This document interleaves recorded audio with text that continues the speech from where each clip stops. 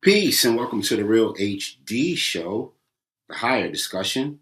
This is the show where we celebrate and we go through, we analyze, we toss it up, back, forth, inside and outside, upside and downside, the good, the bad, the ugly of our people, and we celebrate it with freedom music. Freedom music happens 7:30 to 8 p.m. on these airwaves. You come see me. I put the I put the call letters for the show below, and you can come on up and rock out with us right here live on the show. We play that good R&B, jazz, soca, hip hop, R&B, bass, whatever you like, man, reggae, all of it right here on the show live, and we can chop it up before the program starts. We are a perfect duohedron this evening. Look it up. Uh, for a reason, in the perfect season. We are the Real HD Show. You come join us at those call letters. Like I told you, boom, put it in your upper box below, right here. You know where you type in your URLs, and you can come backstage and rock out with us. Um, we are glad to have you guys in. We are starting a new year on the show, and we need your participation to make it great. I'm going to leave the StreamYard as a ticker below, and anybody who wants to join can grab those letters and come on through. The water is fine. We're getting deep enough to swimming right here on the Real HD. So share the show too. Tell everybody we on. Tell everybody we going. So everybody will be knowing. All right? Make sure you like, share, subscribe, and turn on all your comments. Turn on your notifications so that everybody can join in every time we decide to have another higher discussion. Because you probably won't see anything like this on regular TV. We discuss some really, really pertinent issues. We discuss some really, really pertinent things that can, improve your life, give you that information, awareness, so you can move fearless. So much so that you can afford to be careless. We are the Real HD Show. Thank y'all for tapping in. It's important that you do so. Let me thank our sponsors real quick. Let's go Bats Footwear, Revolutionary Soul Technology. Check them out on Amazon.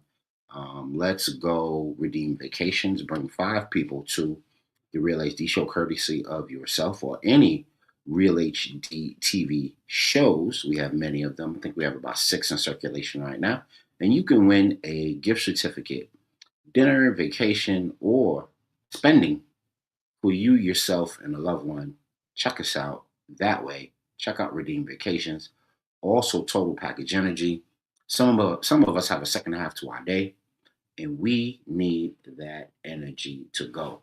So check them out. Go on Amazon. Go to their websites, totalpackageenergy.com, batsfootwear.com, and redeemvacations.com for all those good things. Tell them that the Real HD Show sent you. All right, man. So, without further ado, like we always do, we want to get into our segments. But what we'll do tonight is we will play our segments in between how we do our Power to the People news. Trying something different this time around. But let's get into Elders and Ancestors Blueprint, H. Rap Brown. Here we go.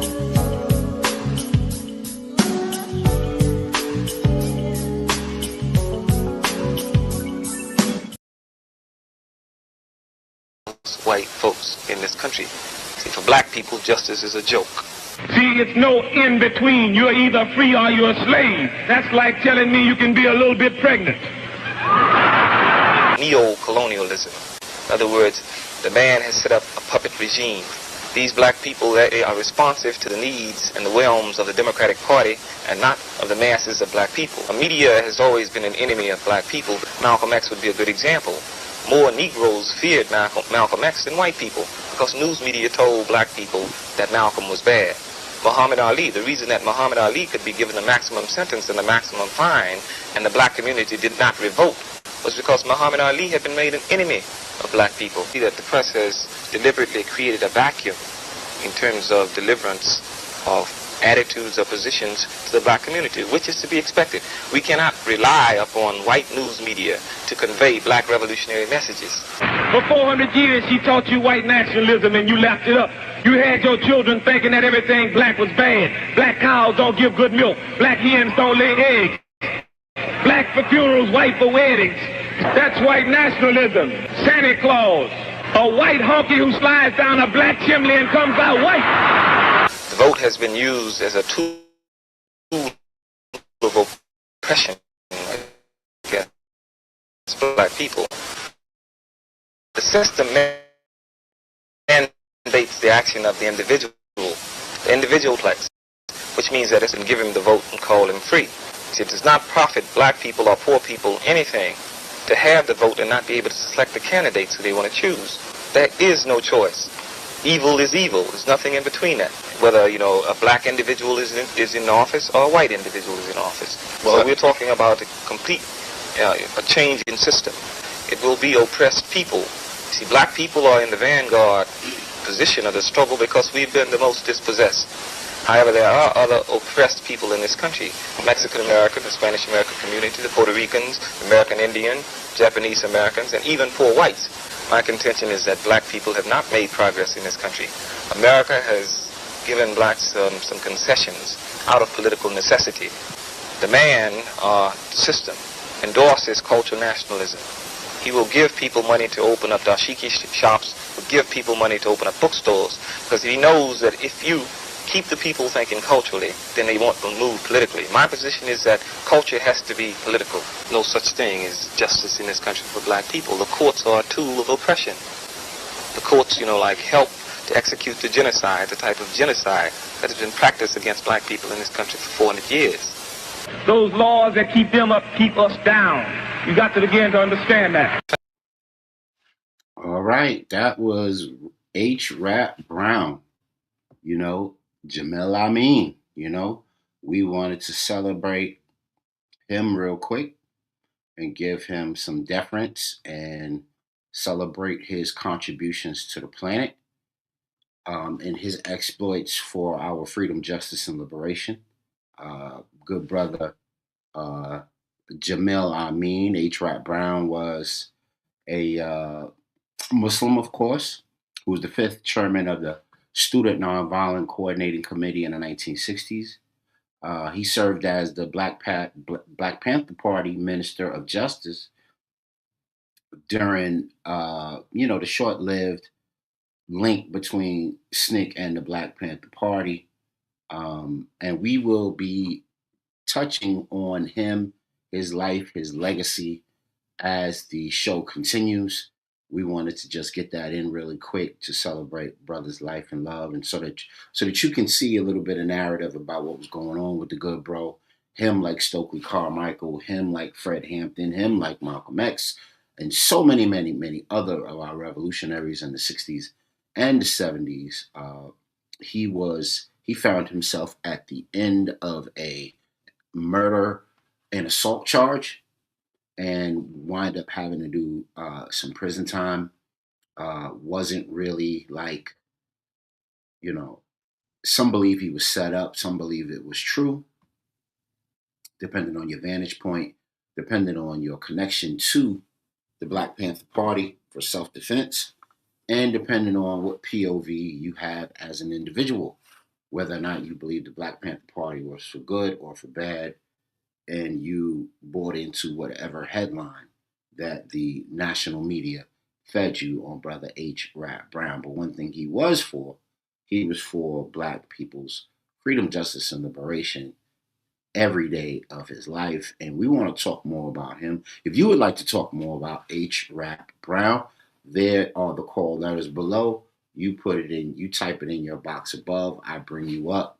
We chop it up live on the Real HD Show. A higher discussion. We are here to have a higher discussion about H. Rap Brown. Here are some questions. H. Rap Brown gave his life for the cause for freedom, justice, and liberation. And what does that look like today? How are our revolutionaries improving on the model of the Black Panther Party and its, celebrated heroines and heroes? And are we doing them a service today or a disservice by our inactivity? Are we active enough or are we not active enough? Is it enough to get a soundbite? Or should we be doing more? Should we be doing more without strategy? Or should we be doing more just to do more? Some people have a saying, they just about that action. And some people saying, well, I want to move smart. If I am going to move for action, I want to move smart through that action. So where do you fall in that melee of it all? What do you think of Brother H. Rap Brown and his legacy? Did you think he was necessary for the cause? Do you think he was a positive part of our pantheon of heroes, or was he useless? Was he not effective at all? Because we have some people and they're saying, well, if it didn't affect my bag, if it didn't affect my economics, well, it don't make sense to me. So I can't assume that everybody feels the same way, but I can ask the question. I don't have all the answers, but I can ask some really good questions. Are we living, do we honor the revolutionary memory of all of those that came before us, like Brother H. Rap Brown and others? And how can we improve on the model? So you see the call letters below. You can put them in there, or you can leave us a message on our various Facebook channels, YouTube, Twitch, Twitter, Instagram, and Kick. And you'll have a chance to, I'll answer your comments and we can have a good old higher conversation about it all. Okay, so moving on. Let's get into our AAT report.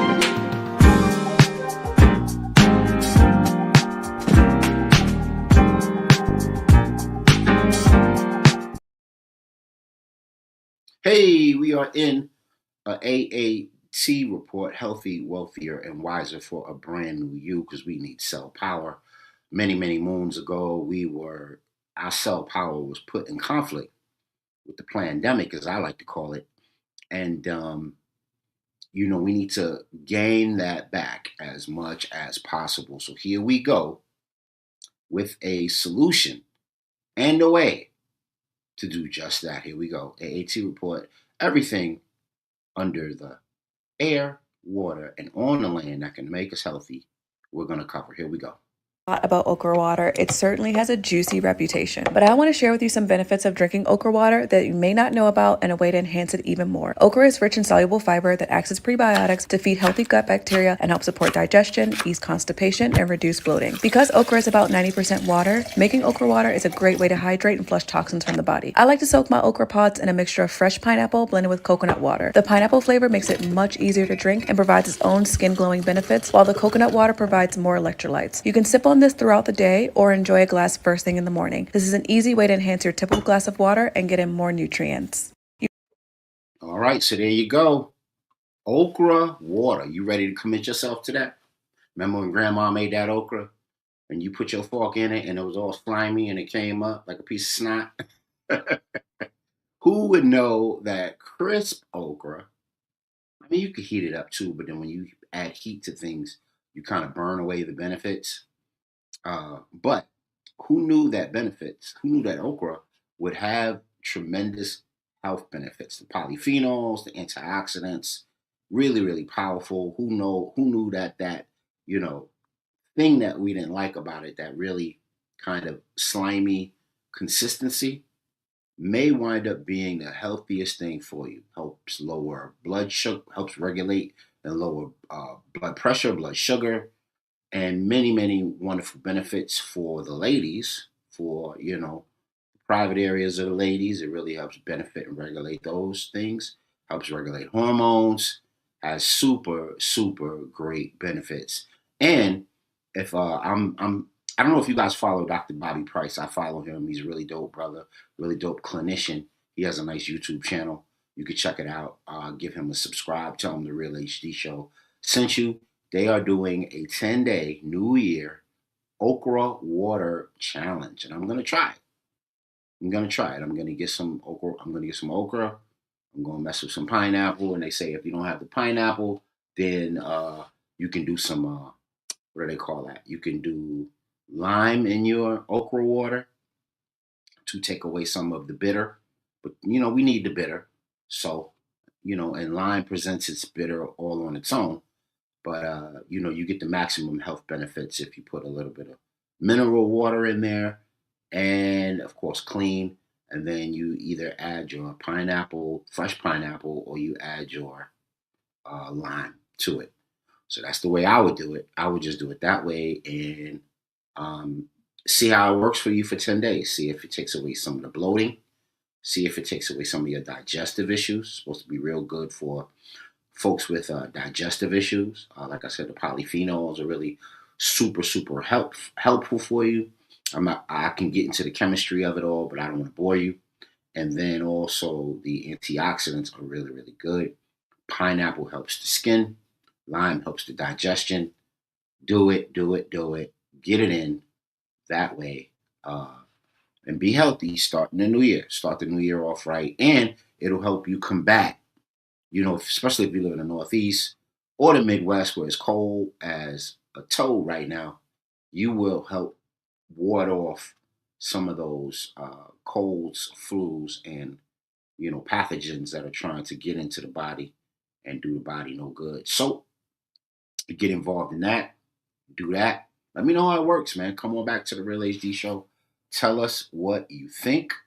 Um, Tell us if it made you blink. Tell us if it made you move in a different way. Tell us if it benefited you or no. Come on through. We got you. We here. Okay, so we were in a AAT report, health report, breaking it all down for you. Let me see if I have anything else under that. Oh, I do. Okay. So let me play one more thing for you. And then I think it's on the very same thing, but it's a sister who's giving her a kind of, opinion on the mineral water, not mineral water, on the okra water, and why she is going to try it and what motivates her in that way. And you see a little bit more about uh, the Doctor's Good challenge on mineral water. Here we go.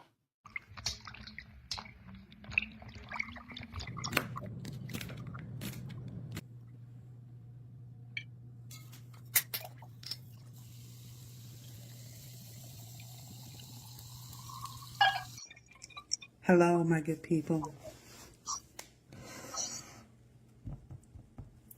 Here it is. This is my next challenge.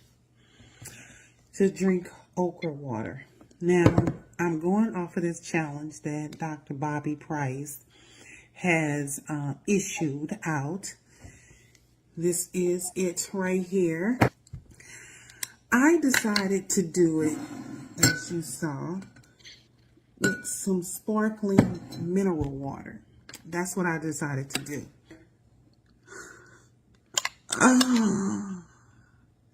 That's it. It's like this thick consistency. Now, it is a little cloudy like that because I did use a key lime, like he kind of recommended. But it does have that sliminess to it. And I think that's what has always been my thing with okra, is the sliminess, the texture, to get past that texture. I had it this morning and I chose to say I'm going to do it twice a day. I don't know if that's going to mess with me or not. I will let you know. But I'm going to drink this twice a day because some of the benefits that I showed you in the video earlier, he was saying how it can help stabilize your blood sugar. It's good for your vaginal health. It's good for recovery. Like since I've been working out, good for weight loss, all what I'm trying to do right now, good for blood pressure, everything that I'm trying to tackle right now. So this is what my next challenge is for the next 10 days. Now I finished up with the Brandon Palmer challenge. Now it's time for Bobby Price challenge. Dr. Bobby Price, I'm going to try this okra water. All right, so there you have it. There you have it. Won't get it any better than that. Dr. Bobby Price, really dope clinician, works on the mind, body, soul, and the spirit. Melanated brother, got a real good reputation on YouTube of giving really great information about healing and wellness. Y'all check him out and y'all start the challenge. I know I'm going to do it, and I am going to make sure that I am fortifying myself for the start of this Anno Domini New Year. I ain't gonna hold y'all. It's called the New Year because in ancient times they called it Anno Mundi. Now they call it Anno Domini after the church, Catholic Church. So for the start of this new Anno Domini, I am going to check that out and try to fortify myself, get my gut health right. Hey, good looking on pick for the reply, and good looking to my big brother. Godspeed for jumping on the show. Peace, bro. Peace, my brother. How are you? Good, man. I just we doing well on the show, man. We just got finished talking about your people, H. Rod Brown, man. Let me play that again. Would you like to? Did you happen to catch the earlier part of that? No, you know what's funny? I was just getting on. I saw you talking about the okra thing. Yeah, I'm gonna do a 10-day okra water challenge. So Nice, instead of nice. water should be fortified. Like we can get water from many sources, and what All right. fortifies water and kind of makes it hydrating in many ways is that you get it from different sources. Some people say put a lemon in it, some people say put a lime in it, and now I'm hearing from some other clinicians, especially our good brother Dr. Bobby Price. Check him out Mm-hmm. online, and you can find him and a lot of his good clinician and wellness information. He wants everybody to do the 10-day okra water challenge. Have you done that before, bro? Yeah, okra. Yeah. My family, we always had okra every now and again. Oh, And okay. what I would say with Dope. okra is very good for pregnant women. Yes. Yes. Yep. Yeah. I was years ago. Mm-hmm. I was with my ex at the time, and I put her onto okra, and it actually helped the passage of the baby to be a lot quicker. Nice. Yeah, Nice. because it Nice. lubricated the whole stomach cavity, and you know, Fire. yeah. So yeah, and even as they would say with the seminal fluid, Right. yeah, all that Right. was like real different. Like when the baby came out, you didn't see a lot of red blood and stuff. You really saw a lot of see-through, transparent fluid Fire. all over the child. So Fire. And she you know, was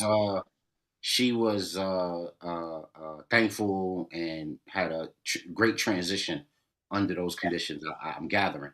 yes, sir. Dope. Absolutely, absolutely. Dope. A Dope. lot of people Dope. can't get into the gooey nature of it, but it's really useful stuff. Yeah, and they were saying that you should. Well, let's watch. Let's finish up on that, and then we can watch the H. Rap Brown joint again Mhm. because I don't mind seeing that again.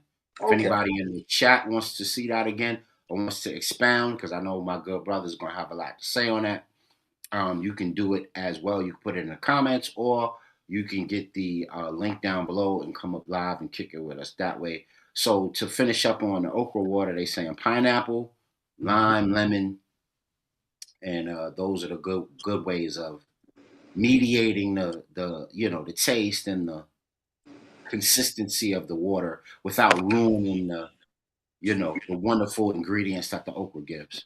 Ah, okay, okay. Yeah, because you don't want to put something like what do you call that in there with some carbonation, and then it ruins the effect of the okra. You know what I mean? Right, right, right, right. That's what you really want. And then of Mm, course you want to wean yourself over time, so you don't need as much pineapple. You don't need as much of the additives. You could just take it straight. You know what I mean? right. Right. Well, let's get into some H. Rap Brown real quick. Here we go. Celebrate this brother's journey. Yeah, beautiful. Yeah, great. Us white folks in this country. See, for black people, justice is a joke. See, it's no in between. You're either free or you're a slave. That's like telling me you can be a little bit pregnant. Neo-colonialism. In other words, the man has set up a puppet regime. These black people, they are responsive to the needs and the whims of the Democratic Party and not of the masses of black people. The media has always been an enemy of black people. Malcolm X would be a good example. More Negroes feared Malcolm X than white people because news media told black people that Malcolm was bad. Muhammad Ali, the reason that Muhammad Ali could be given the maximum sentence and the maximum fine and the black community did not revolt was because Muhammad Ali had been made an enemy of black people. See that the press has deliberately created a vacuum in terms of deliverance of attitudes or positions to the black community, which is to be expected. We cannot rely upon white news media to convey black revolutionary messages. For 400 years, she taught you white nationalism and you lapped it up. You had your children thinking that everything black was bad. Black cows don't give good milk. Black hens don't lay eggs. Black for funerals, white for weddings. That's white nationalism. Santa Claus, a white honky who slides down a black chimney and comes out white. The vote has been used as a tool of oppression against black people. The system mandates the action of the individual. The individual does not determine how this country will function. This country works off the military-industrial complex, which means that it's profitable to wage war. There's what better way to enslave a man than give him the vote and call him free? See, it does not profit black people or poor people anything to have the vote and not be able to select the candidates who they want to choose. There is no choice. Evil is evil. There's nothing in between that. Whether, a black individual is in office or a white individual is in office. So we're talking about a complete a change in system. It will be oppressed people. See, black people are in the vanguard position of the struggle because we've been the most dispossessed. However, there are other oppressed people in this country. Mexican American, the Spanish American community, the Puerto Ricans, the American Indian, Japanese Americans, and even poor whites. My contention is that black people have not made progress in this country. America has given blacks some concessions out of political necessity. The man, system, endorses cultural nationalism. He will give people money to open up dashiki shops, will give people money to open up bookstores, because he knows that if you keep the people thinking culturally, then they won't move politically. My position is that culture has to be political. No such thing as justice in this country for black people. The courts are a tool of oppression. The courts, help to execute the genocide, the type of genocide that has been practiced against black people in this country for 400 years. Those laws that keep them up keep us down. You got to begin to understand that. Thanks. All right. You being a staunch supporter and you liked his Life and Times, talk to us a little bit about brother H. Rap Brown and Jamil Al-Amin, as he was affectionately and spiritually known. Right. What's your thoughts on a good brother, his passing in November, and all of the rest? Go ahead, bro. Yeah, I mean, he was always like one of the heroes in the house. And honestly, it's like, how could I say? My thing for him was always just a love because I was raised to have love for this guy. So for me, it's very like mundane and layman. You know what I'm saying? Yeah. So it's weird. I just grew up with these heroes in my house and I never questioned it. You know what I mean? Because my old man's like, oh, yo, that guy right there, that's one of the guys, and he'll just say, look, he one of the ones that stood up for us. And that was good enough. Him and Kwame Ture back then was known as Stokely Carmichael, Stokely being my uncle's god brother. You know what I'm saying? Okay. It was like, we just know, the Carmichaels, our family, their family, it was close family. And, you know, that's all we needed to know. You know what I mean? It's Nah, like, I for know, real. yeah, real talk. With H-Rap, he was the third in line of divine, as they would say in the nation. So I'm borrowing something from like Khalid Muhammad's way of saying things. But he was the third line of divine in what? Snick. Because you Mm-hmm. had Ella Baker. Ella Baker was the first. Mm-hmm. She helped make SNCC, right? She was Mm-hmm. the first president. Then the second line of divine was Stokely Carmichael, later known as Kwame Ture. And then right behind Kwame Ture came this man, H. Yep. Rap Brown, Yep. right? And with a name like that, they said he had the gift of gab Of course. and a firebrand. Yeah, Even back then, he had a yeah. rap for you. You know what I mean? Yeah, he was a firebrand, and it's Right. listening to him talk about party right there. It's like, it's wild because, when Ella Baker made the Panther Party, that's exactly what it's supposed to be. It's supposed to be a political party to Right. rival the elephant and the rooster. So they were Yeah. like, what would be a bigger statement than the elephant and rooster? It would be a panther. What kind of panther? It Yeah. had to be a black panther. You Right. know? Right. It had to be fierce, imposing, and ready to get busy. Yeah. Yeah. Yeah. Absolutely. And like how your whole platform here, when I first got involved, yeah, always talking about a third, like what's the word? A third relevant party. You know what I'm Yes. saying? Third. On Yep. par Third. and equal. Permanent. You know? Permanent.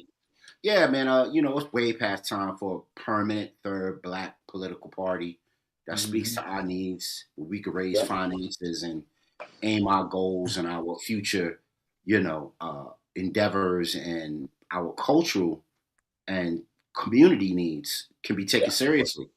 Yeah. Yes. It's wild. And really, this is what they were trying to do back then. Yeah. They made a So the big step question, forward. Hmm. so the question I asked the people was, have we done justice to the legacy of all of those good folks that fought the good fight, and by the way we are today, good or bad, have we done justice to it? Yeah. Good question. Very, Good let me question. know if that's like a circular question. If not, Yeah. No, no, no. It's a good question to ask, and I mean, I could only answer it from my perspective in the moment. hmm right, Have I sat down and really thought about it in that context? Not really. okay, In other ways, yeah, but not in that context. I would say there's quite a few people out there that really attempted to try to complement that legacy. Quite many, quite many. In their own right, way and everything. Um, did we ever really truly manifest their dream? No, in my opinion. In my right, opinion, no, right, no, right. no. Nah, and that's Because honest, man. you know why I'm gonna say that too. You know why I'm gonna say that. You know what I'm gonna say Yeah, that. go ahead, bro. Like I'm gonna show you an example of how I know we didn't manifest that. Right. You hmm look at President Obama. Right. hmm Well spoken and everything, and he got my vote the first time around. I've said that before. hmm But the thing is, like, okay, how much of and mind my language, but how much of a revolutionary's wet dream could he be when he's the mm, black president in office mm, that had an instrumental hand in taking down President Gaddafi, who all of these people some of these people actually knew him even back then, first of right. all. They were in league with him. Correct. Yeah, he was up and running all the way back Yes. then, right? Yes. So to watch somebody who is a product of their cultural seed, then more or less, right? More or hmm less, right? Be an integral part of that man's downfall, Mm, the downfall of his nation state that was trying to elevate the other neighboring nation states around them. yes. Not to So, mention the diaspora. He gave brother minister Farrakhan a lot of money. yeah, not as much as For, he wanted, but yeah, he got to he give. gave him Yeah, he gave him a nice bag to come back to the states and yeah, get busy with. Help yeah, out the folks. And there yeah, was a real, I guess, determination to stop that from happening. for sure, for sure, for sure. And that was his second attempt, right? Yeah. Because he attempted with funny enough, you see, like, is when you look back in history, it's a it's a very hell of a tool. It's like now you find out too that was his second attempt because he actually did it Right. with the Honorable Elijah Muhammad. He attempted back all the way back then. Yes. You know, Yes. and Honorable Elijah Muhammad was a man who gave the Panther Party the rights to use the point program that the nation had. And that's what they foundation their point program on was what the nation had. And then after the Panthers were using what the nation had as the point program, then even yeah, these folks, man, these people that did a hospital out. It was a Latin gang that did a thing for the hospitals out in the city. Yeah, I forgot their name, but I'll circle back when I get it. You But the talking about thing is Latin that Kings? who? Latin Kings? Not the Latin Kings, older gang than that. Okay. Yeah, I hate when that happens. Brain fog. Okay. But anyways, you know, the thing is like when you look at it from that perspective, I would say with that question that you asked, to circle it back, because he was such an instrumental hand in the pulling down of such a great leader that was trying to do so many great things, raising the dollar to the gold standard, helping Zimbabwe with intentions of helping Zimbabwe to put what you call it satellites out in space and whatnot, put up their own satellites. Right. With all of that said, and for Obama to come and pull that man down, I have to say that as a conglomerate, not as individuals, we failed. We're not that wet dream they were thinking about. Right. And you know, that's interesting. That's an interesting piece, Brother Rube. Welcome, Brother Rube, to Peace, y'all. the Real HD show. We're talking about the legacy, the life legacy and times of Jamil El-Amin, H. Rat Brown. And Yeah. we're talking about some of the not coulda, woulda, shouldas, but some of the things that, you know, some of the promise of his work. And what I wanted to piggyback on, what I wanted to follow up with what Brother Luck said is this is a reason why we have this Credal U.S. thing happening versus the heritage U.S. thing. And of course, you'll have Tariq Nasheed, and he wants to lean on the FBA thing and be more of a heritage USA piece. Yeah. And then some people who are come from overseas, and they have more of a Credal way that they ingratiate themselves to the United States, and then they want to live on the promise, the dream and the promise that the United States delivers. And we all know that that's a facade in a lot of ways. But when you come from a lot of indigent countries around the world, and you come here from in the diaspora, you kind of are hoping that you can make something out of nothing. You can get it out the mud, as we like to say in the hood. You know what I mean? Yeah. And when you see someone like an Obama, who was definitely a Credal American, right? He wasn't born and raised here. He had family here, but he wasn't born and raised here. And you see what he wasn't able to do, although he had the wherewithal, the resources, and the social activist background work to know what the problems were. Then I'm playing both sides of the argument here, right? Then you kind of get discouraged. There's a discouragement that happens, right? Last week I showed you guys, or the last time we had a show, I showed you the Jimmy Carter piece and how he signed the resolution, or he signed the presidential proclamation to make sure that, you know, there was a division between, you know, diaspora blacks and native people that were here, right? And now, based on what Brother Luck just brought up, you got someone like Obama who had a perfect opportunity to create a pan-nationalist perspective for melanated people and failed to do so. And as a matter of fact, actually went after someone who was a Pan-Africanist. You know what I mean? Yeah. So, you know, talk to me, Brother Rue, about how we make sense of those two perspectives in this age of delineation and folks not really wanting to be Pan-African of old. Talk to us, bro. Wow. Well, I ain't gonna give you nothing easy. I wouldn't have Yeah, invited you to yeah. come on, good bro.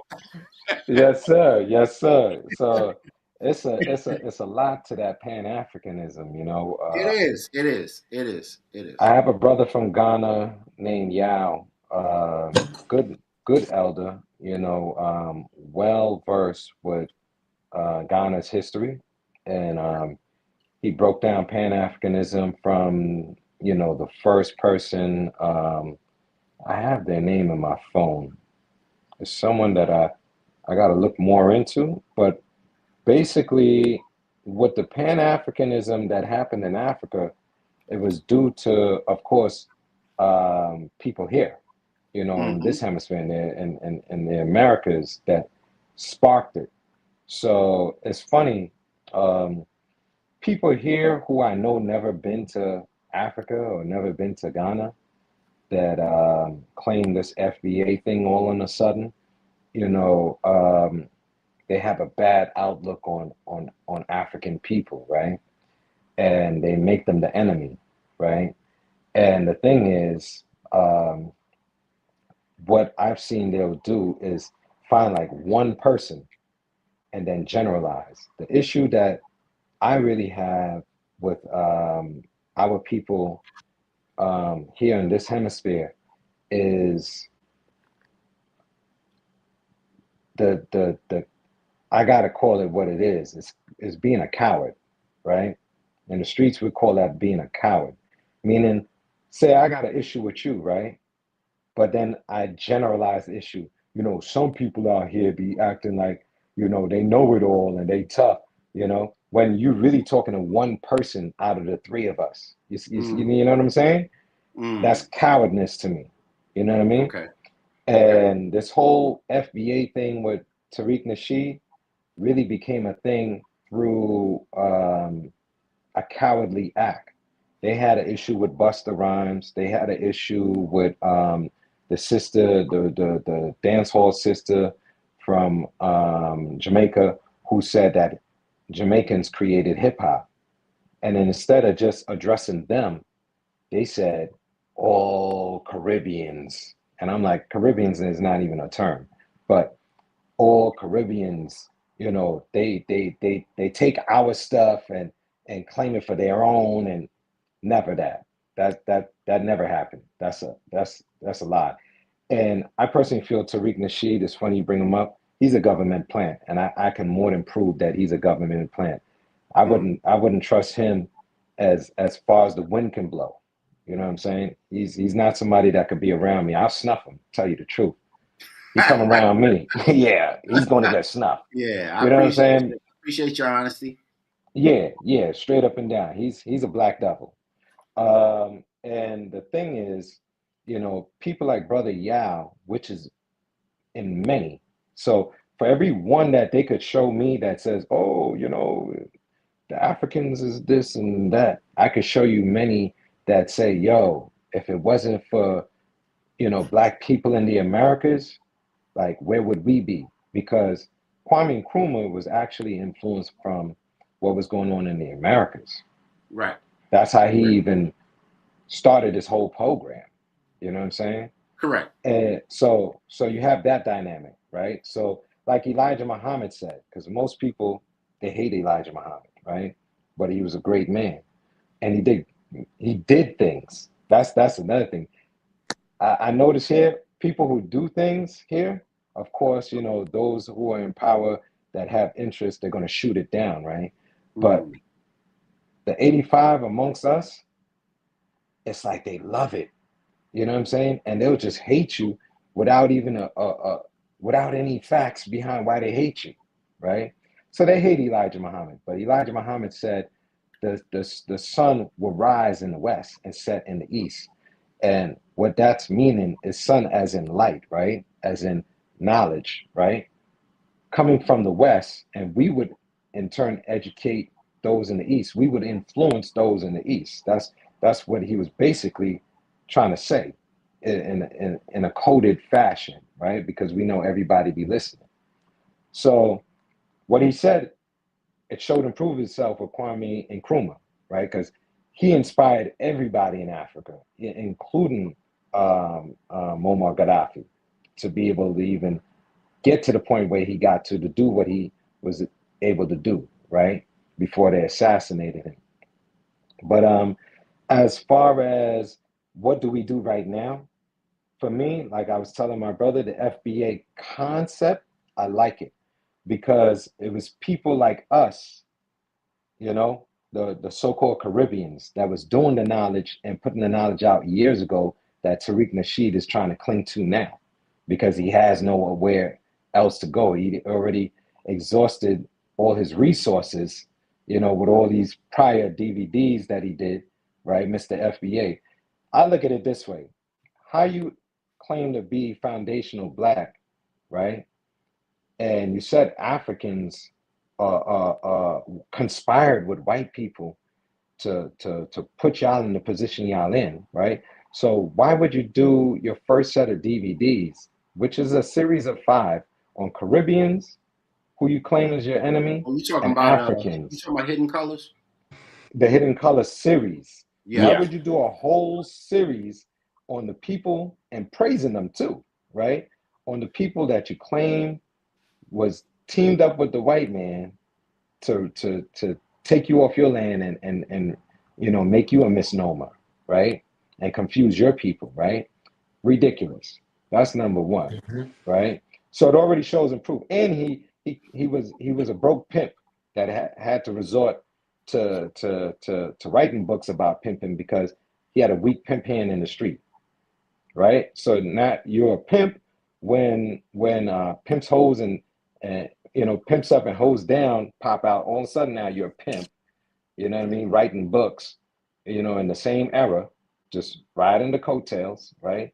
And now you see people in Harlem doing their thing, right? Sonetta and all them was doing their thing, and all of a sudden now you want to do hit. Now you miss the Hidden Colors. Like he's a clown, right? Mm. But the FBA thing, I would tell people, look, Elijah Muhammad been telling y'all was indigenous, been, because he comes from an indigenous family.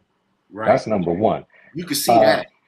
Yeah, and before him, right, and he was using the term Aboriginal and Indigenous back then, right? Yes. Yes. And he redefined black man because he was already trying to tell you what black meant in law, in society. He already let it be known like when we use our terminology in the nation is different to what white man's definition is, right? So he already laid that down. And before him, you already had Noble Drew Ali, another person who was from an indigenous tribe in the Americas, right? And Right. what did he do? He created a system not for indigenous Americans. He created a system for all original people to have a place to come to study the knowledge of the world because he realized that we were, yes, some of us are here in the Americas, some of us is South America, Central America, whatever, wherever, Africa, wherever. But yes, we're all different tribes, but we're one people at the end of the day, right? We live on different continents, but at the end of the day, we're one people, right? And that's what he was trying to teach. And this is why he formulated the schools that he actually formulated, right? It was called the Moorish Science Temple of America, right? But he had all kinds of people. He had people who studied Judaism. He had people who studied Hinduism. He had all kinds of people, right? Comedic science, right? So he wasn't trying to specify the one thing. But now the reason why I find that it's popular to specify the one thing and say, well, I'm indigenous, you African, you Caribbean, is because it's going along with the governmental program right now. This is how I know that clown is a plant. Because once again, he's an opportunist, right? And he just waits for something to bubble and then he just hops on the coattail. This is what he does. So I see him hopping on the governmental coattail because what they're trying to do is utilize, separate everyone, right? To be able to attack everyone else. So I give you an example of what I mean, right? The thing in Africa, brother Riza Islam had put something on his page asking like everybody who was there, like, hey, do y'all think that Africa will unite? I said, well, no, it's not going to happen, brother. I'm sorry to say it and be the one to say it, but I've been in Ghana and I see what's going on. And I've been studying what's been going on in Africa. And what I've seen and what I've been told by the people who live there is that a lot of these governmental bodies in Africa, some of them are plants and some of them are just sellouts because they love the money. So I started doing my own knowledge to it. A lot of people don't even know. I think it's in I want to get the island. Anyway, there's an island that's a jail, right? And they put all the freedom fighters that they find in Africa. They put them there. And at one time, our boy from Tanzania, Nelson Mandela was even in this particular jail. It's abandoned now. I thought that was the one you would. It's something island, isn't it? You know what I'm talking about?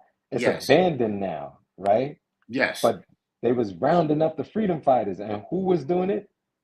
Black politicians. They were. It was a jail that was converted into a salt mine, actually.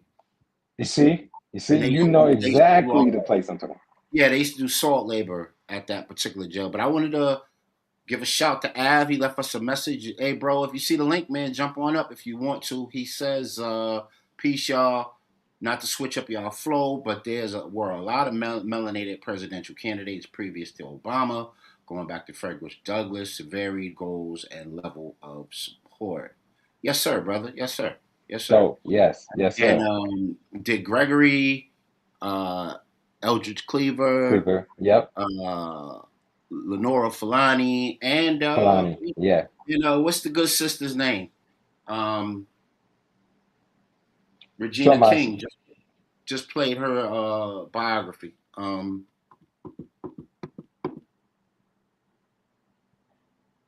Wait, Chisholm? Regina King? You talking about Joanne Chestnut? No. Chisholm?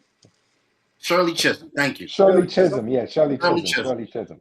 Shirley Chisholm. True indeed. Right. I think she would have been a more of a staunch candidate for the people, our people. Yeah, she was for the people. Opportunity to move ahead, as opposed to what Brother Obama exhibited during his, reign. So just I don't want to go too deep into Obama because that's not what this segment was about. It was really about, just kind of making some differences between Credal heritage Americans and heritage Credal Americans and heritage Americans. You know what I mean? Yeah. And do we even have a claim to either one, or are we in the unique position? I'll ask Brother Luck this. Do we have a claim to either one, or are we as a 44 million strong? Do we have a claim to both? Okay, now I'll be honest with you. The two words you use, I've never used them before.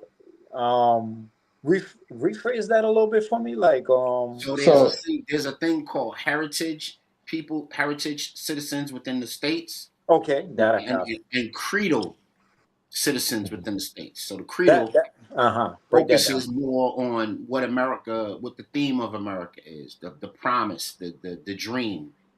You come from overseas, you want to come here, you want to build and create and manifest, and those are the things that you're hanging your hat on. And of course, heritage would be born, raised here.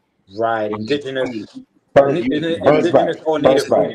You have claim to the land, like my so you ask him if we have a claim to one or the other, or both, right? Or both, right? I'm saying we need to have these conversations. No, it's a good one, because then they'll just make us a legal fiction if we don't have these conversations. No, it's a good one. It's a good one.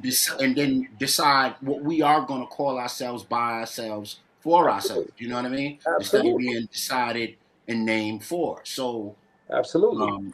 That's a unique dichotomy, in my opinion. That can be a unison, but we have to determine what that is going to be. Jay Morrison was at that Revolt Summit, and he made an interesting point. And this is one of the better things that Puff did.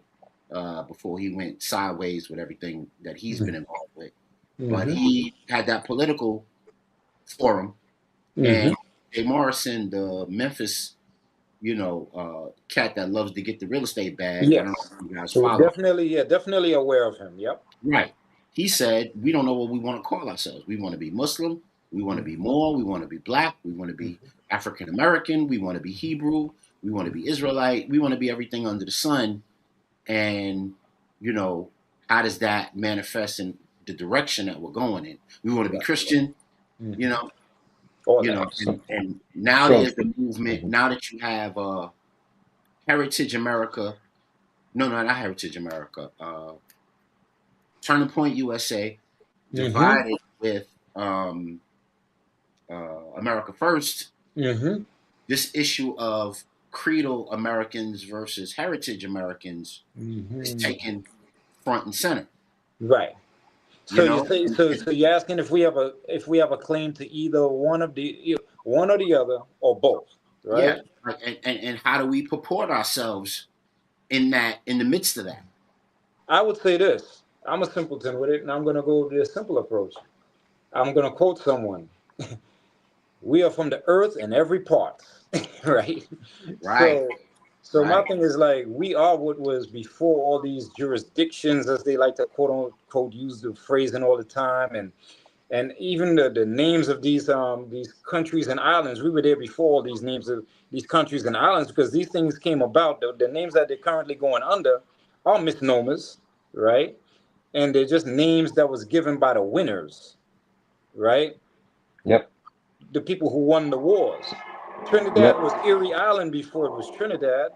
You know what And right. I that's mean? just one of the names, actually. One of the That's just names, one yeah. of the names. And that's the point I was going to make. Mm-hmm. Now Yeah. finish up, Luck, and then Hmm. Now we I'm gonna can jump pass the in. ball. I'm gonna Yep. pass the ball for the alley oop.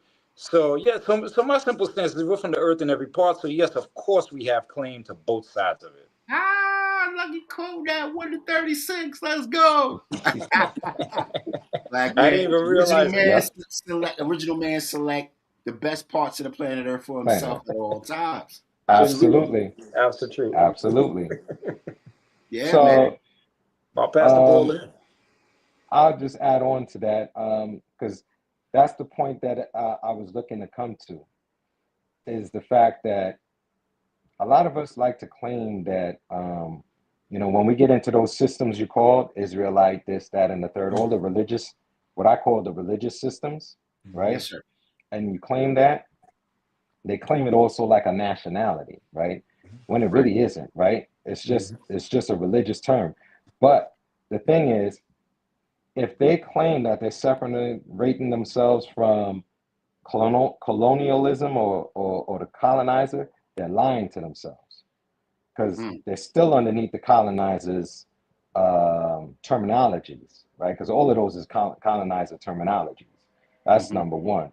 mm-hmm. Two, FBA, colonizer terminology.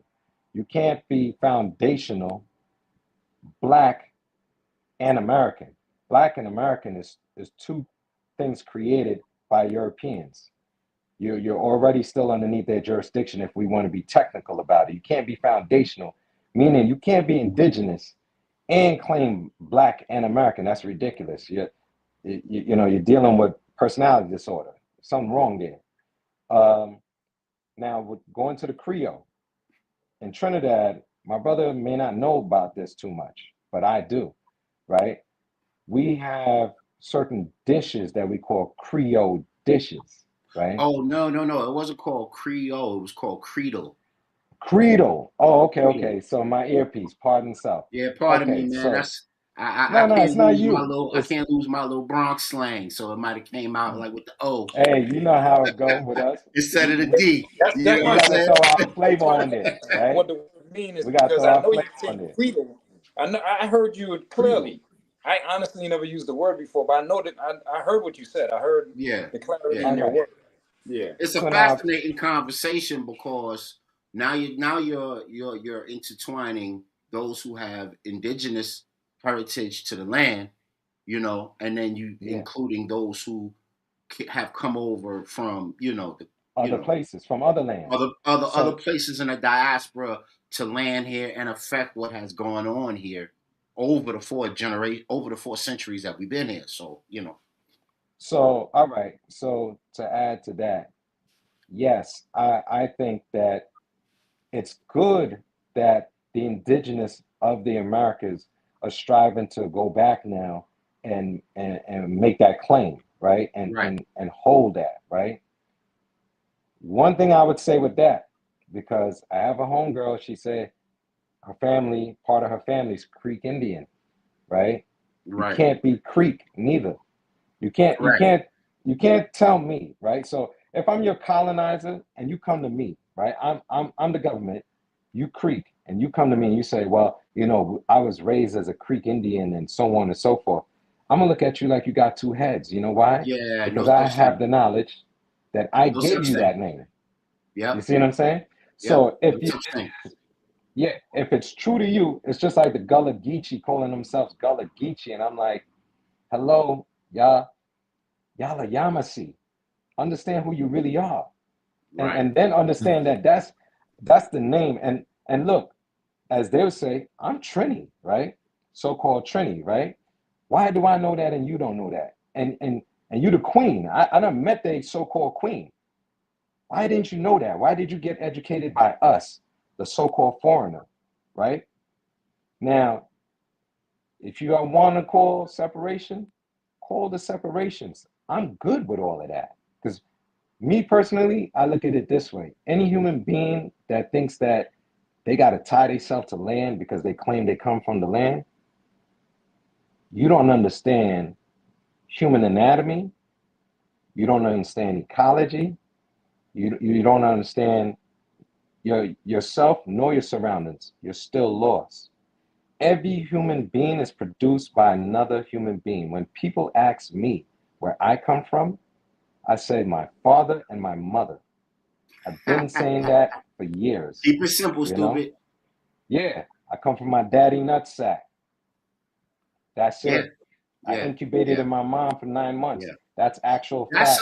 That's an interesting take, and I see this is why I love having y'all on, because now we're having a higher discussion, because now we're talking about ego, possession, and ego. Yeah. Right, and how that ties into people deciding that they're from somewhere, or they're going to claim somewhere, or they're going to own somewhere, or you understand what I'm saying? Having a designation instead of being very direct and very You're breaking up. oh, am I? Not on my side, Luck. That's on you. Yeah. Yeah, he's go out and come back in, bro. See if it'll help. Now you good. Now you flowing. Oh, okay. That might have just been, The screen froze up. Oh, okay. The internet gremlins, Yeah, you good now. Now we can hear you and everything. They joining us. They hear the internet gremlins. They doing their thing. It's a Wednesday night, Come on. they can have a seat at the cipher. You know what I'm saying? There you go. So I love what you said there, because you brought up a very direct point versus a point of ego, or a point of ownership, possession, and designation. You know what I mean? Yeah. Honestly, I think that's very powerful. Along that chronology, though, there are those who have ties to groups that have denominations, and those denominations have at some point received abuse, or have been. In the case of, I'm not sure if my brothers know about Walter Plecker, and how he with the registration, with the Native Registration Act, he kind of moved people out of their original designations, like how we talked about how people are never Creek, you're something else. Yes. Not Creek, because that was a designation that white people gave you, because they couldn't understand the people that they were looking at, so they called them all Creek, because they were by the because they were brainwashed at that point too. So they called them Creek. You know what I'm saying? Exactly. So another group would be called Bull, because they were by the Bulls. You know what I'm saying? So correct. just goofy. Never took the time to understand or try to manifest what people were really, what type of time people were really They was weren't there for that um, though. to actually Remember, they, understand where they were. What is your name? You know what I'm saying? right? But they weren't there for that. Remember, they were fleeing from Yes, paying tax to the king and queen because the king and queen at the time, King Ferdinand and Queen Isabella, was abusing their citizens, yes, and their citizens jumped ship, so to say. They ran. yes, yes. So when they came here, they came with the intention to stay. They didn't come with the intention to really, to be friendly. You know what I'm Right, saying? right, Not all, not the ones with the interest in mind. I don't think every European that came over on those boats had the intent to do wickedness to people. I think it was select people as usual, right? That had that intent and utilized those people that was on the ships. Like, yo, majority rules. So yeah, I said, I'm leader. I say this is how it's going. It's gonna go down this way. And if you don't go with it, hey, you're gonna go with them, you know? And that's basically how it happened. Look, the three-part government, they had to friend you because they didn't think of the three-part government on their own. The three-part government we have right now was due to the Algonquins, correct, right? And look, correct. the Algonquins is not even indigenous to the Americas. Their name tells you.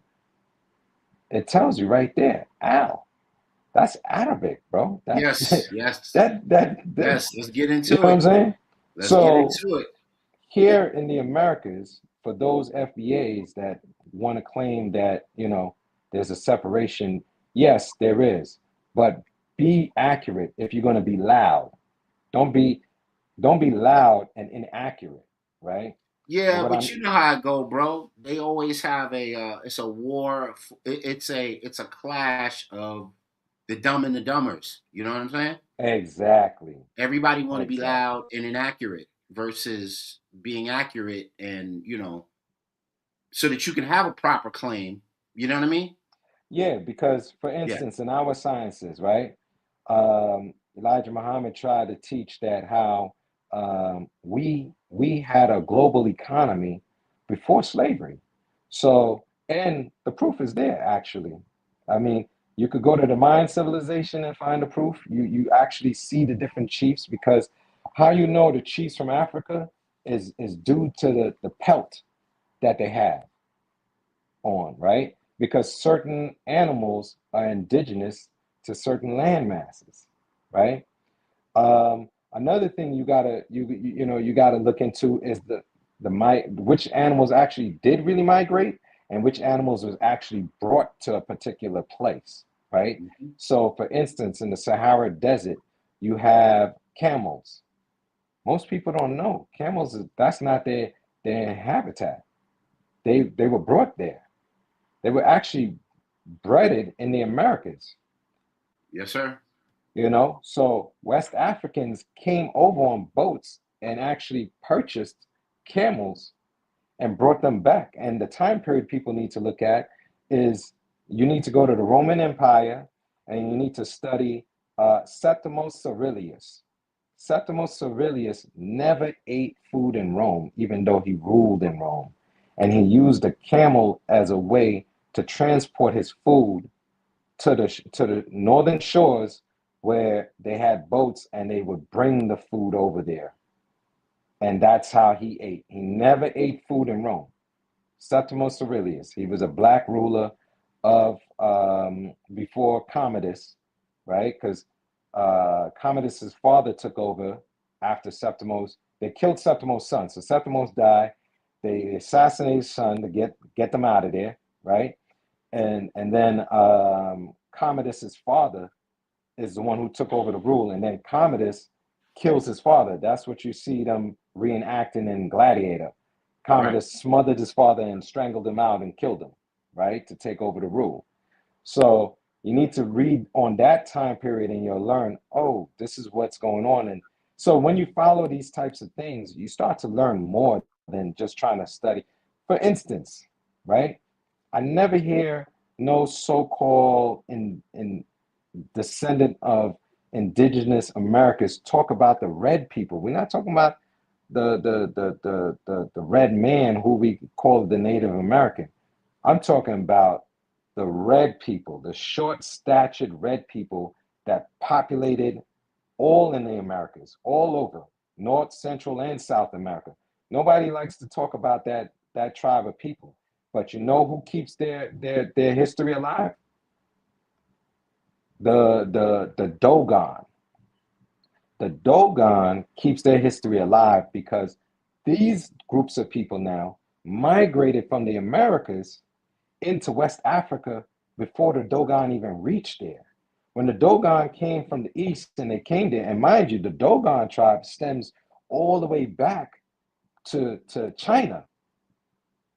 The Dogon didn't Yeah, start you in talking Egypt. about Abubakar and when they set voyage to go to the Americas. Yeah, yeah, yeah. So I'm talking about even before this, that time. I'm glad you brought that up, Well, right? that's Because that. You know, he's Mansa Musa's brother, and yes, that's one of the first voyages from, you know, the tip of from West Africa to Africa yeah, yeah, to the yeah. Americas. But Yep, I'm talking yep. about the reverse. So you had a red tribe of people, right? There's little footage on them, No, no, but I know exactly who you're it's talking about. Yes, sir. right. So the Mayans have their face on their calendar, right? These people migrated into West Africa, right?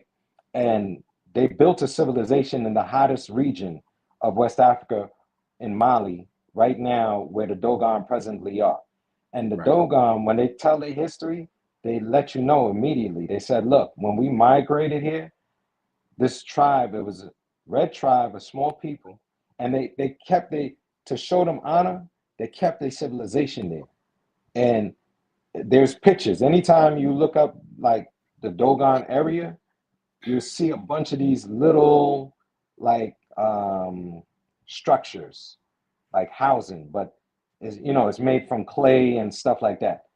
And they said they kept their civilization there and they built theirs around theirs to honor them because they're new to that region and they didn't know how to plant or do anything in that region.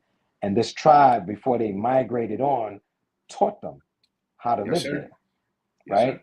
So, people want to claim American ancient history. I'm like, go ahead and claim your heritage, but be smart about it and get Right. some accuracy because you sound foolish when you're still using white man terms claiming that this is what your tribe did and this is what your tribe name is. Like you're looking real bogus, right? You have that instance. Now, with Abu Bakari, yes, he sailed 2 voyages.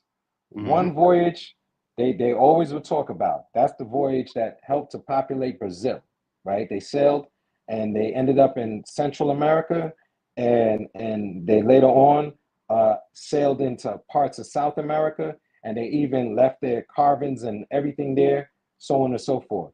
But they don't like to talk about the voyage that brought them to the Mississippi. Mm. So they came to the Mississippi as well. That's the second voyage. The first voyage went deep in, and the second voyage, the second wave of people actually ended up in the Mississippi River region. And this is Fire, why, fire. yeah. So this is what, and we're not. That's just one migration, bro. And this is my bigger point. Why I even brought up the red tribe is because we're sitting here we're doing something that I was talking about earlier. We'll look at one thing and then generalize it Yep. and try to multiply it. And it's like, no, what are you doing? This is this you're simple-minded. You're thinking in a monotheistic fashion. Your brain is still underneath the church. You're trying to come out of it. You're trying to dress in gear that makes you look like you're not a part of it, but your brain is still trapped in monotheistic thought that is a European construct. Yes, So sir. Yes, there was sir. many voyages, and that's my point. You Yes, can't sir. even begin to count the amount of voyages that took place between the Americas and the rest of the world, period. Right? Yeah, Because there's you a had really people coming in dope from the book. Pacific. there's a really dope book. I mean, Van Sertima goes over it extensively, but there's a really dope book called Dawn Voyage by Michael Bradley. If y'all check that Okay. out, he does a really I think great job of I addressing. think I have that book. I think Yeah, I he have does a that one. really great job, a really scholarly work of addressing a lot of the global voyages that didn't get the scholarship from the European leads that it should have. But I want to change gear with y'all real quick. I want to get Yeah. Brother Luck into this. And it's a thing that's going around right now. Let me move the ticker. And this sister had a really great um, you know, podcast online. And her podcast online talked about the chronically online will become the new underclass. Hmm. Yeah, that's what I said. Hmm. And she has reasons for it. She has reasons for it. And she's saying that there's a division or a subdivision between the agency ownership and elite, the powers that be, and the way that they do their online, or the way they experience algorithms from an ownership, elite, and agency standpoint, and the way that the masses, the indigent masses, receive online and algorithms and how we deal with it. And the reason why that there's going to be a difference, one of the reasons she talks about, is things like this. We we experience the internet and social media through anxiety over consumption, cultural extraction, addiction, rage bait, time attention, emotional labor, cultural communities that spark some creativity, identity insecurities, mental health, mental health or sense of self, and in relationship, empathy, capacity, and the desperate nature of savage inequalities in the near future are going to have people clinging to online, I guess, uh, the online dream or the online promise of, everybody says AI is going to make people filthy rich. And then before that, they said, "Oh, get your website going and do it through social media, and you'll get rich that way." And then there was the .com boom of the early 2000s. So Hmm. for a good 25 years now, everybody's been talking about, "Oh, you can go online and get rich. You can go online and get rich." Mm-hmm. But did they really get rich, or did they get poisoned in these areas? Mm. Oh wow. And Well, good question. Hmm. and who and what sort of prestidigitation, i.e., Wizard of Oz, because you've seen him behind the curtain with Right. the bagpipes and the piano and the everything that all of the strings he was pulling to create Yep. the illusion.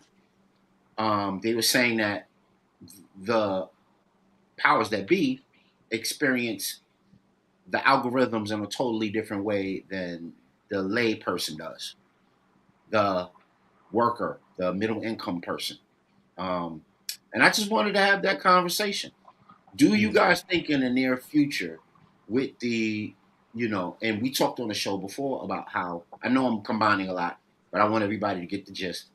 Um, with the onset, Brother Luck knows, of they're establishing a virtual straw man in your internet identity, if you're following me, Mm-hmm. Hmm. are we creating a new subclass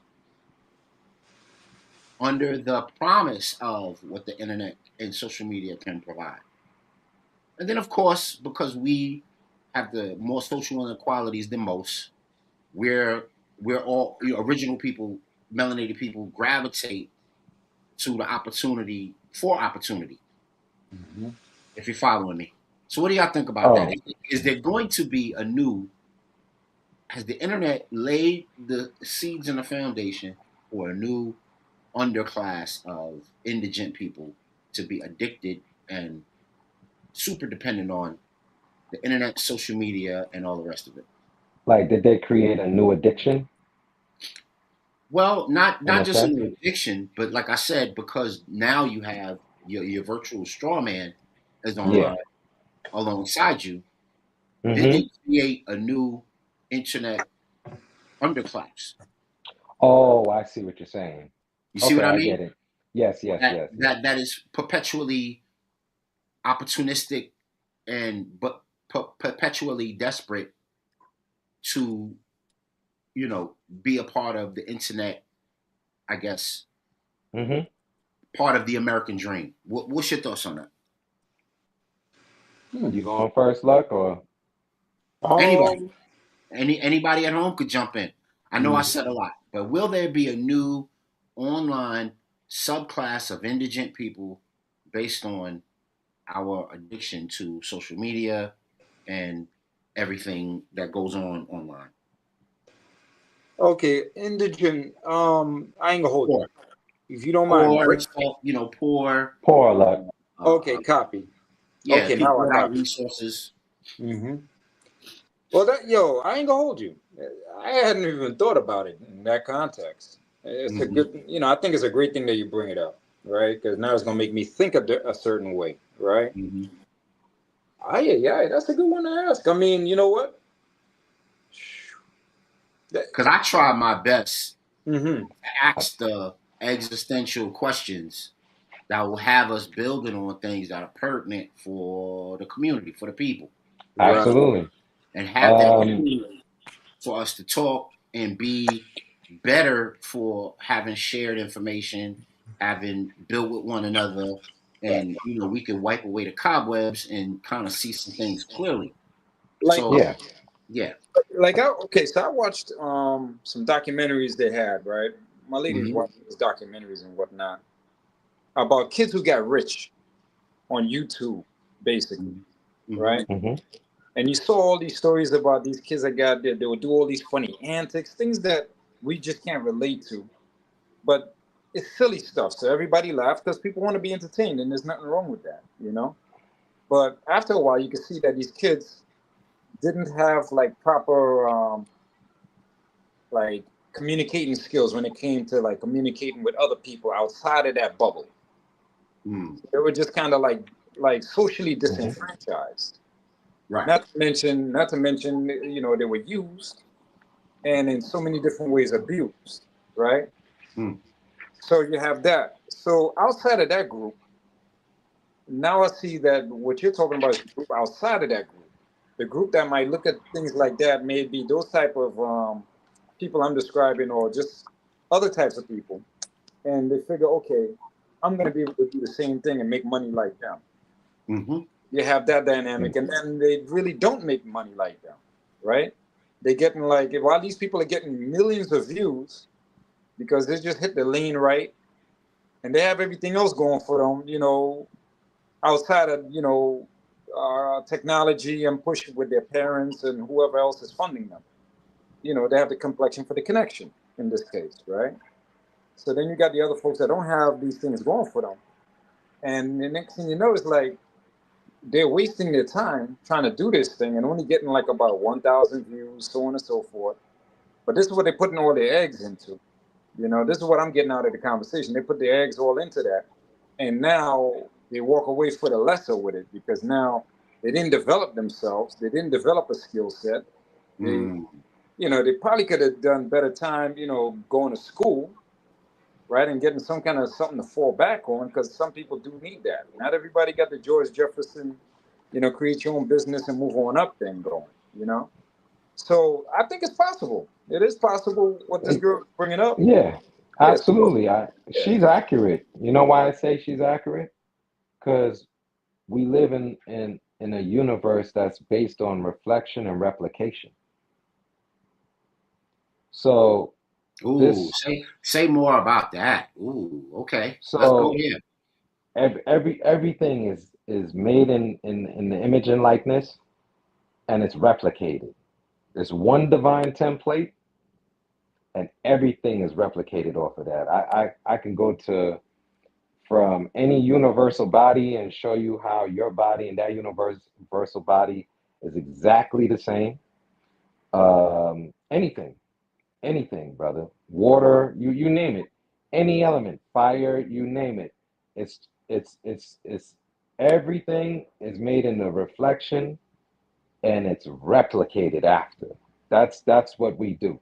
You have children, that's in the reflection of you and your wife, and you replicate it, and they're going to replicate and replicate. That's what DNA does. That's how this universe operates. That's how it works, right? So we created a new universe, right, that we call the World Wide Web.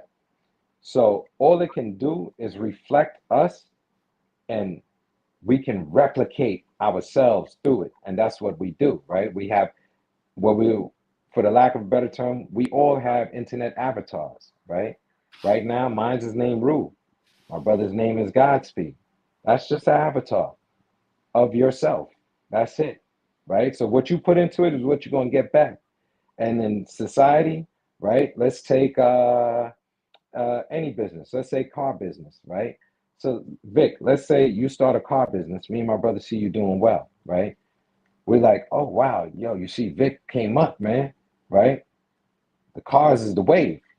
We jump on that wave, but we're not as successful as you because you was the first one out the gate. You was the pioneer. You see what I'm saying? So now you the first one out the gate. You get to reap the most. Then the second and the third and the fourth, little. Now, how the third and the fourth going to eclipse you is they got to put in more work. And if they don't put in that work, I was hoping you would get there. yeah, that's what it's about. So yeah, you got people on here that became millionaires because the first wave, they had a little how can I say, a little alley oop, right? Because it was the new thing, and people cling to new things. Whatever's the new thing out, they cling to it. So they didn't have to do as much advertisement, right, as people have to now. As the market gets saturated, you have to advertise more. We've seen it with hip hop.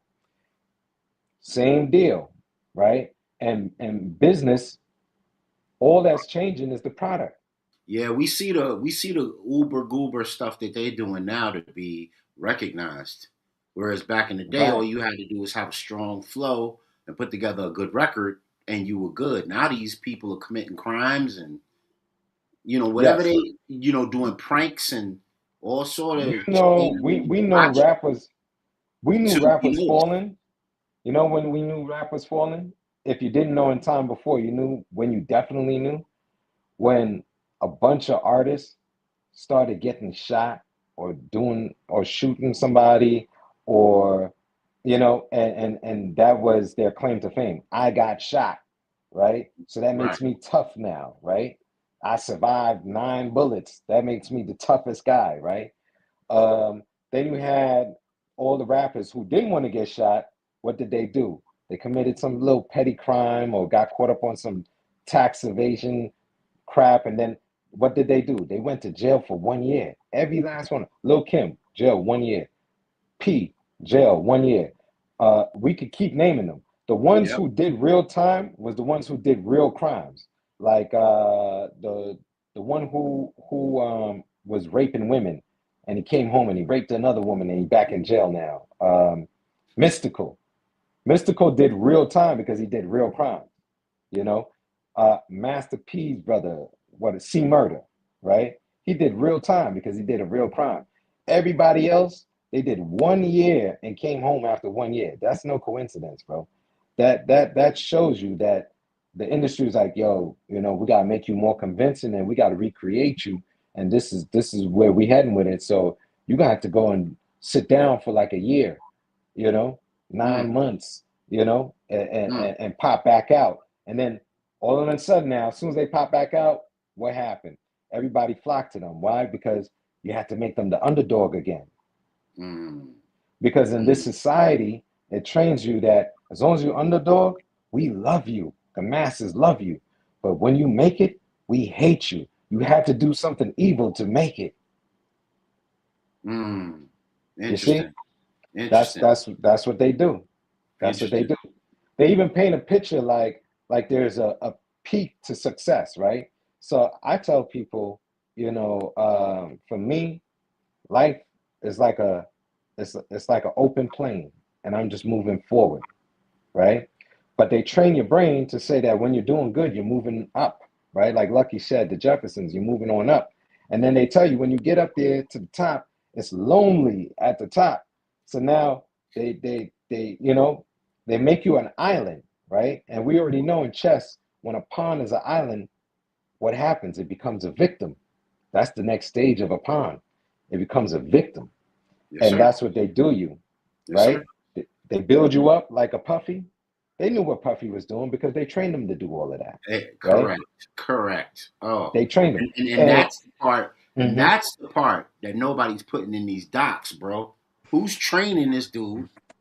Who you laid know it out why for this dude they're not doing that? Because to the be a Jews pariah, trained them. to be the pariah that he is? Who's Mm. who's puppet mastering this dude? You know what I'm saying? Right. The Jews of the industry are Geppetto, right? So Correct. now those Jews are also now they've gained so much power, right? Like look at Leor Cohen, that clown, right? He's another one. See him? Just kill him. Get him out of here. Shoot him, stab him, do something to him. Yeah, get him out of here, right? Now, Leor got these black devils, right? Jump, you know, bungee jumping off his D, right? Like Nori and all of them clowns, right? Oh, I love Leor, right? And he comes on your show and tells you that I don't care that your people and your cousins and your aunts and your nephews are killing each other due to the music. I'm just here about the paper. I got people too that I want to buy yachts for, and he told them straight to his face. That's to show you how much of a sucker these dudes be, right? Claiming all this street stuff, suckers, all of them. But anyway, Leor has hand in YouTube, so now people ain't gonna come out and say, "Yo, Leor used to be with Puffy." People ain't gonna come out and talk about how Puffy was up underneath the one who signed Alicia Keys Clyde. with the glasses, Clyde Clyde Davis. Davis. Clyde Davis, right? Mhm. People ain't gonna talk about how Tommy Mottola was with the lead singer of Savannah Band, and they even made a song from it. And he was with her when she was a teenager, bro. She was Right. a teenager. But yet you Right. want to talk about Bill Cosby and all these other people, but these people got songs that you sing and then Right. redo. Look, Ghostface came and redid the song and had people singing it all over again. You know what I'm saying? And I'm like, yo, do y'all understand that that's a song for a pedophile? Right. You see what I'm Right. saying? So we already know. And take it back to Roman history, right? And Greek times, right? Look at the god or the deity for music, right? Pan. One of the names was Pan. Then you had Cupid, right? Look at these characters and look what they symbolized, right? Yeah. Saturnalia. Yeah. Yeah. So this stuff Yeah. been there. Yeah. This stuff been there. Absolutely. Absolutely. And, So one of the things yep. I wanted to talk about in lieu of the, new underclass online, if you're chronically online, is Yeah. which you brought up a point. I wanted to get Lux talk about it. Um, Brittany Webb is an investigative journalist, and she does a lot about like the seedy underworld. She talks about Freemasonry as it opposes to business, as it opposed to you know multinational corporations that try to make culture, commerce, and religion rule the world, and so on and so forth. And she had a point about AI and social media. And what she said, Brother Luck, was she said that if we don't use the skill, we lose the skill. Yeah. So, do you think that because because this sister's talking about this new underclass, Mm-hmm. is the current and generation to come going to be generations where they're not going to have to be the skill of human ethics are going to be removed from them Mm. because the algorithms are going to provide everything they need. So no more creativity, I mean, you Yeah. already see it now, right? You don't have to sing anymore. You don't have Yeah. to write if you create raps. You could just be an AI rapper. Mm. You know, you don't even have to work anymore. You don't even have to be creative with your frontal, with with your cortex, because all you got to do is tell the AI what to do, and the Yep. AI will create this fantasy world for you, even in the form of a book or Mm-hmm. commercial or a trailer or whatever it is, and you could skip the work. Mm-hmm. Yep. Everybody is falling in line with that ethic.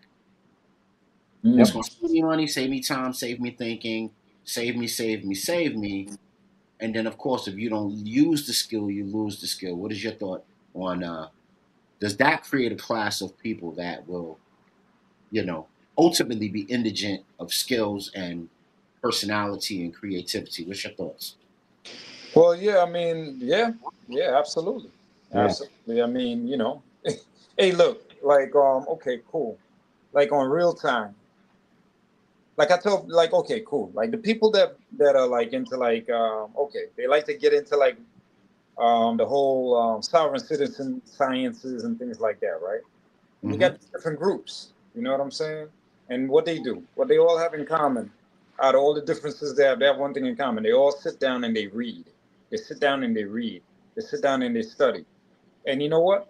A lot of these folks pass away of a couple of different things. For certain, a lot of them are grossly out of shape because that's all they do. All right. Mm, And then mm, you got some Yeah. that just go completely bonkers and then they end up in a psych ward. And you got people like me sitting down in a psych ward trying to help them find themselves back to help them leave the psych ward. All mm. right.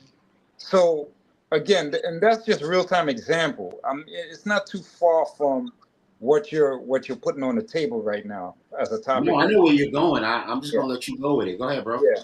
So they all become the arms of the Tyrannosaurus Rex. Mm, You don't use it, it'll shrink, and Yep. mm, at some point in time, you will lose it mm, mentally, Yep. physically, holistically. You will lose it. You know what I'm saying? You look at That's now a how the movie. body is designed. Yep. Absolutely, right? You need Mm-hmm. activity. You need activity. Yeah, you need to Yep. study to work the muscle in between your ears, but the muscle in between your ears also need the activity of your other limbs to keep that going too for blood circulation, etc. Right? Seeing different things, going out, getting out, viewing things through the optics, so the brain could be programmed with new data information. But so when you look at a movie like Surrogate pretty much is a movie that could show you where this is all heading, seeing how we're on the topic. It's almost like right now it's life imitating art. The Matrix, Surrogate, Terminator. We see these things. I Robot. All these things come down to what? People doing less and technology doing more. AI doing more, right? Because there's the AI dynamic in there all the time. I Robot. Robot started interacting with the people in the household. AI. You know what I'm saying? Matrix. The AI took over. It started harvesting the humans. You know what Yep. I'm saying? And Yep. yeah, these things seem far fetched, but it's funny that little by little you're seeing it creep into to current reality. And people are saying, yo, Yeah. look, don't be so hard on AI. Certain AI, hey, look, I'm not saying certain AI is not useful. Do we need it? No, we don't. We don't need it. It's a potential luxury, but it's a luxury that could overcome us as well. You know, some of my people got the Alexas in the house and whatnot. You know, and it's like from the time you say anything that's like remotely close to that name, this thing pops on and starts talking to you. Like this thing had a full-on conversation with me about basketball the other night. I said, "What? I didn't even ask this thing. Look, I almost said person. I didn't even ask this thing to talk." You know what I'm saying? And so I look at it as all possible. It's all possible that people become more docile. It's it's happening. It's Yeah. happening. And if you don't use it, you do lose it in this existence, in this space and time. And the reason why we're falling for it is because we don't want to accept who we are. Yeah. That's it. we're running from ourselves. It's division, divide and conquer. So they divided us and conquered us a long time ago. The minute that they separated the supreme state of being from human being and earth and nature and this universe and made it a separate entity and people actually believe in that trash, you're done. You've been conquered already. Right. Because you're in a constant state of trying to find yourself because you actually think you're lost. Mm. You actually think you're lost. So you accept everything. There's a good movie about that. It was on Netflix. It was called Cassandra. And it was about an Oh, I didn't AI see that one. robot. Okay. Did you see that? No, I didn't see that one. Okay. Yeah, it's called I'd have Cassandra. to look into it. Yeah, check that out. It's about an AI robot that's supposed to be like the nanny of the family, Mm-hmm. and it takes over the role of the mother. It takes over the role of the father. They become totally dependent on the nanny to do everything. And what they didn't realize, it was like some Get Out. The consciousness Gotcha. of a previous human being was put into the unit, Yeah. and it was like dogmatically trying to rule over the family with the technology. But that's what already happened though. And they fell in line with it because of the convenience and the voluntary consent. We don't need AI to come and do that. That's what the colonizer already did. Mm. That's what the Interesting. colonizer already did, and brought fancy books and defeated you with wordplay.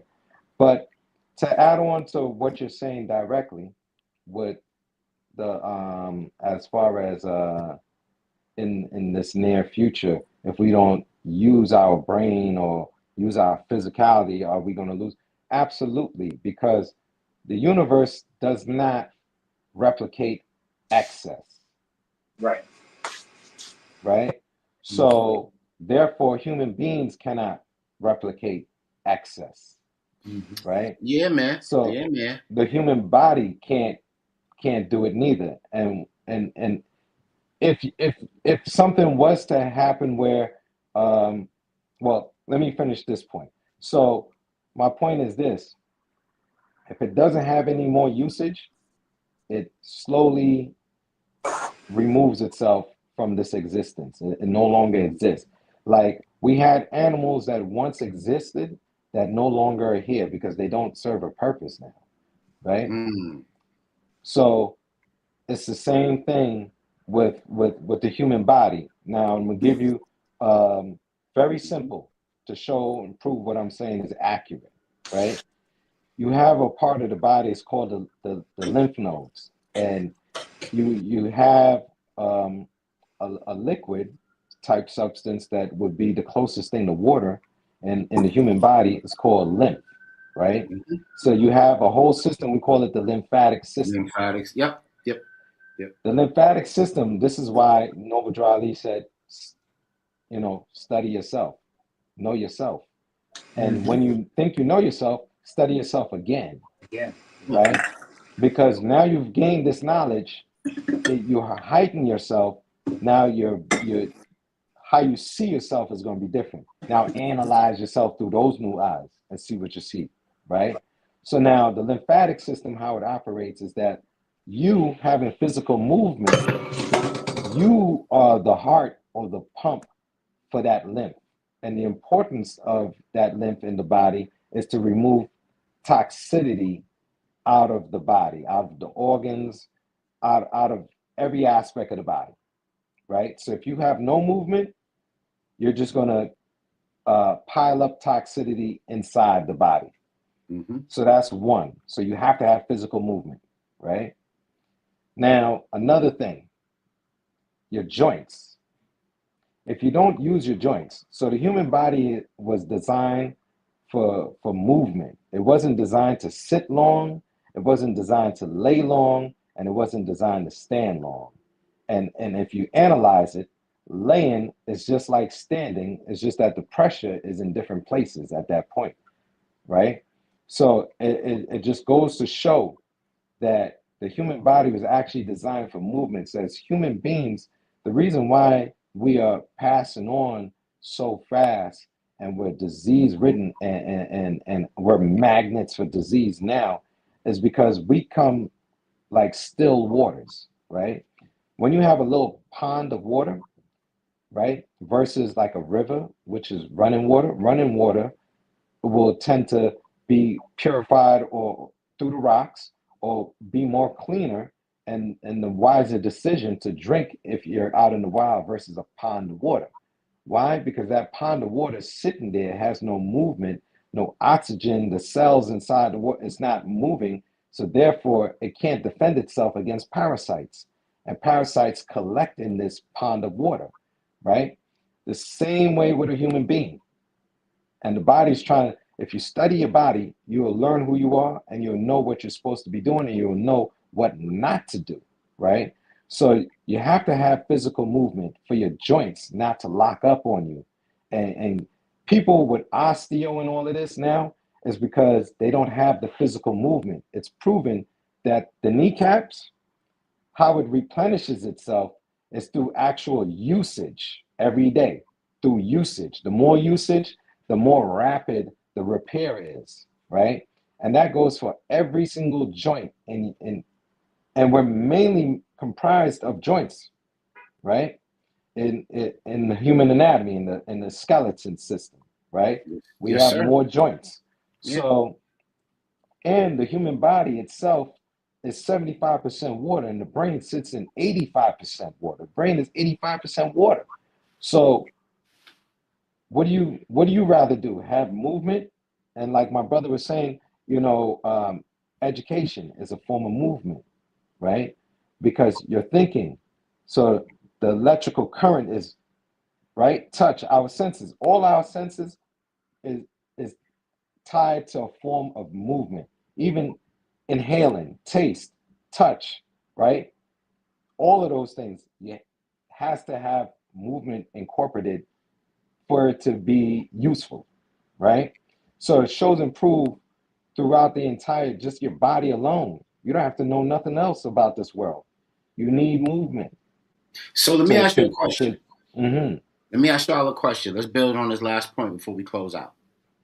The sister in the video, and go support her. Go look this up on online. The Chronically Online will become a new underclass. Go check that out. It's about a 50-minute video. Real dope, real educational. I love her points, but there are some counterpoints that I would like to make. And one of the Mm-hmm. counterpoints that she makes that I agree with is that those who have a lot of resources, those who are in the management positions, those who write the algorithms, those who have agency and ownership, I'm talking about those folks. Yeah, They don't let themselves or their children correct. experience social media, internet, and computing the same way that we do. Yeah, because it's a product created for us. It's not a product created for them. Ah, Now you remember, what's everybody's ultimate goal or universal goal behind so-called getting rich or becoming wealthy? You're buying your time back to do what? To have movement, yes, sir. to have movement. Yeah. So they know how important movement is. You understand? And this is what every human being is technically fighting for that. Most of us lose the war. And that was essential. Mobility Hmm. is essential to commerce. Absolutely. So Absolutely. Look, if all right, you're go ahead. if you're isolated and Hmm. sedentary, how can you be mobile and get the best out of your commerce? You can't. Correct. You're And you will allowing cease some to other eventually exist. yeah, you're allowing some other entity or some other vessel Hmm. to create the commerce or mobility for you. And Right. this is why, the people who created this country said that mobility was an unalienable right. You had to have it, Have to have it. Yeah. not only for commerce, but for human connection, human development, the human pioneering ethic. You have To to stay have it. on this plane, you got to have Yeah, maximum movement. yeah. Look at our elders. And this is no disrespect to any elder that's watching, but please listen. Increase movement in your life and you'll extend your years. Yep. All disease starts with the fact that human beings fell for the dupe and decided to settle. You have settled to die. That's what it boils down to. And it goes back to my original point. Everything here is based on reflection and replication. So human beings are just reflecting what we have done as a mass, which is settled, right? And what we're doing right now, we replicate it.